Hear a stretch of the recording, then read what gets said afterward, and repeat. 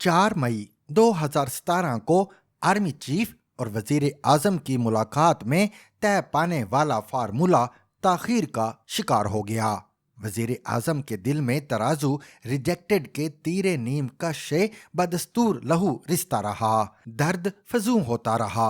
General Bajwa के बेटे साद कमर के तवस्सुत से 8 मई को मिलने वाला पैगाम था, हमने अपनी तरफ से बहुत कोशिश कर ली, अब कुछ करने की जिम्मेदारी दूसरे फरीक पर है। तरफैन के आसाब कड़ी कमान की किसी तांत की तरह तनते जा रहे थे। 8 मई को इतला मिली कि कल 11 बजे वजीर आजम ने एक अहम मीटिंग बुलाई है। ख्वाजा आसिफ, एहसन इकबाल, चौधरी निसार अली खान, इसहाक डार, शाहिद खाकान अब्बासी, साद रफीक, परवेज रशीद, बरजीस ताहिर, आसिफ करमानी, फवाद हसन और मैं वजीर आजम के दफ्तर में बैठे थे कि पहले मरियम नवाज और ठीक 11 बजे वजीर आजम भी आ गए। तिलावत के बाद किसी तमहीद के बगैर बोले, आप जानते हैं कि डॉन की खबर को किस तरह सबसे बड़ा कौमी बहरान बना दिया गया है। हमारी हर मुमकिन कोशिश के बावजूद हंगामा जारी है।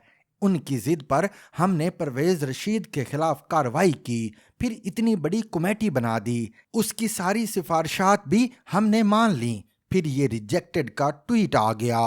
क्या फायदा हुआ हमारी नरमी का? उन्होंने इसे हमारी कमजोरी और बुजदिली समझा, और सच्ची बात यह है कि मैं भी इसे कमजोरी और बुजदिली ही ख्याल करता हूँ।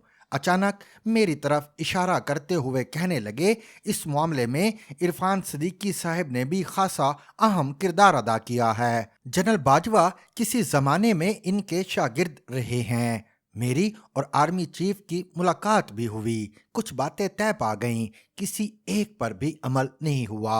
ये सूरत हाल मेरे लिए नाकाबिले बर्दाश्त हो चुकी है। आपको बुलाया है कि इस तौहीन पर हमारा रद्द अमल क्या हो। 2 के सिवा सब ने तहम्मुल का मशवरा दिया, मुज़ाकराती टीम को मुतहर्रिक करने का कहा। वजीर आजम की बदन बोली कह रही थी कि वो तहिया तूफान किए बैठे हैं।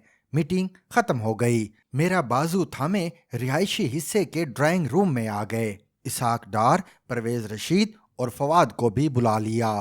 थोड़ी देर पहले की गुफ्तगू के तसलसल में एक और शोला बार तकरीर की। यका यक बोले, सिद्दीकी साहब कागज कलम लें।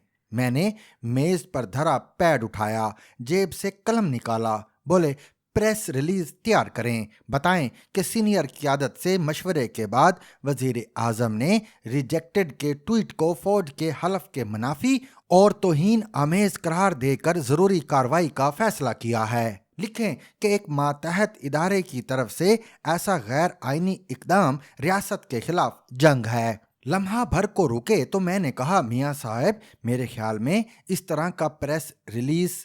उन्होंने मुझे बात पूरी ना करने दी, बोले सिद्दीकी साहब बहुत हो गई, पिछले 10 दिन से बर्दाश्त किए बैठा हूँ।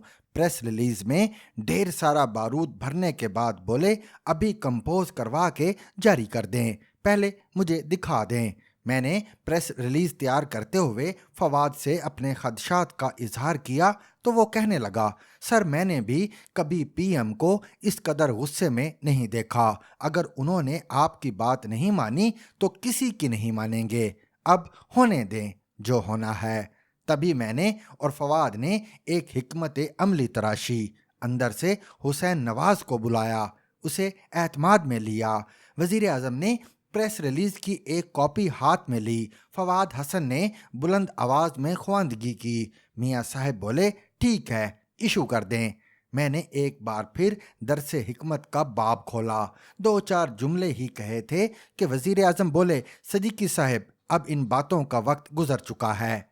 बेगम कलसूम नवाज बोली, सिद्दीकी साहब ने आपको हमेशा मुखलिसाना मशवरा दिया है, मेरा भी यही ख्याल है कि इस प्रेस रिलीज से मामलात बहुत ख़राब हो जाएंगे। आप कम अज़ कम एक दिन सब्र कर लें, जो काम आज हो सकता है वो कल भी हो जाएगा।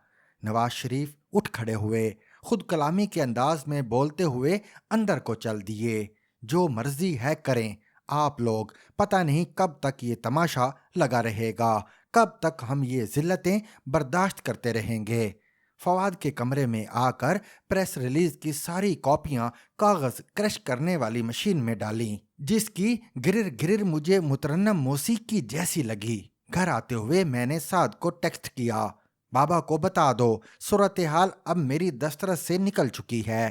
اگلے دن 10 مئی کو جنرل باجوہ وزیر اعظم سے ملے۔ اسی دن نیا حکومتی اعلامیہ جاری ہو گیا۔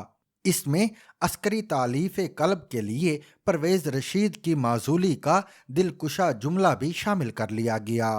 سر شام جنرل آصف غفور نے پریس کانفرنس میں ریجیکٹڈ کا ٹویٹ واپس لے لیا۔ بظاہر تصادم ٹل گیا، لیکن نواز شریف سے نجات اور عمران خان کی تخت نشینی کو الہامی صداقت سمجھنے والی متروکہ املاک اور عشق میں لت پت ادارہ جاتی کرداروں نے ولولہ تازہ کے ساتھ انگڑائی لی۔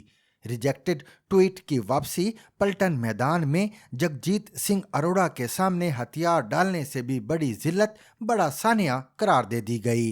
ثاقب نثار باجوہ صاحب کے صرف 1 ماہ بعد چیف جسٹس بن چکے تھے۔ بندوق اور ہتھوڑے کا عقد سہولت متحرک ہوا۔ جولائی 2017 میں نواز شریف کو گھر بھیج دیا گیا۔ 2018 کے انتخابات سے پی ٹی آئی کی فتح کشید کی گئی۔ عمران خان کی بارات بینڈ باجے کے ساتھ وزیر اعظم ہاؤس لائی گئی، جہاں وزارت عظمیٰ کی عروسہ خوش جمال حیا باختہ دوشیزہ کی طرح گھونگھٹ سے منہ نکالے کھلکھلا کر ہنس رہی تھی۔ ایک پیج ہی نہیں، ایک ایک سطر اور ایک ایک لفظ من تو شدم تو من شدی کی تصویر بن گئے، یہاں تک کہ سراب نما خواب ٹوٹ گیا۔ پیناما اور ڈان لیکس جیسے فتنہ تراشوں نے پاکستان کے عالمی مرتبہ و مقام میں کتنے مور پنکھ ٹانکے، عوام کے زخموں کی کتنی مرہم کاری کی، معیشت کے عارض و گیسو کس قدر سنوارے، فوج کی عزت و آبرو میں کتنا اضافہ کیا، خود اپنے نام و ناموس کو کون سے 4 چاند لگائے، اور آخری ضرب کاری لگانے والے ثاقب نثار اور قمر باجوہ کو یہ کشور کشائی کس بھاؤ پڑ رہی ہے۔ عبرت سرائے دہر کی اس داستان کے لیے کالم نہیں، کتاب چاہیے۔ For more Urdu and English columns with audio, please subscribe our YouTube channel or like our Facebook page. Zigzag News. We make it special.